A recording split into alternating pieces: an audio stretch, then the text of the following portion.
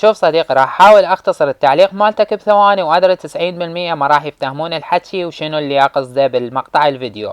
الولد يقول احكي على اهل الفي بي ان. شوف صديقي، خل اقول لك شغله، كلنا سامعين دول جماعه الخفه وجماعه خداع البصر وجماعه خداع العقل وهاي السوالف. يعني مثلا يسوي لك شيء او يخفي لك شيء معين، هو بالحقيقه ما مخفي، وانما خدع الناس انه هذا الشيء اختفى، خلاص انتهى الموضوع. حلو.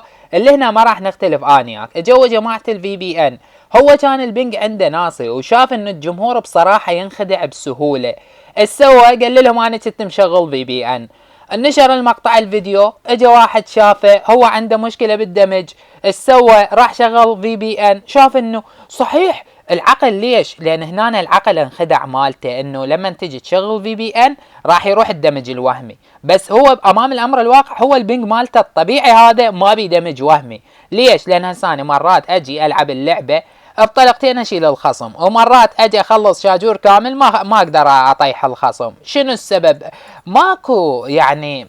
ما اعرف شلون اوصل لك فكره صديقي. المشكله ما اريد ادخل وياك بامور ما تخص اللعبه، لان هاي سالفه خداع البصر وخداع العقل ودن شويه سوالف بمجالات متعدده، يعني مو بصياغ لعبه بوبجي موبايل، وانا ما دا احكي لك بصياغ بوبجي بس. اتمنى وصلت الفكره، واذا عجبك خلي لايك ومتابعه، وبكيفك بعد.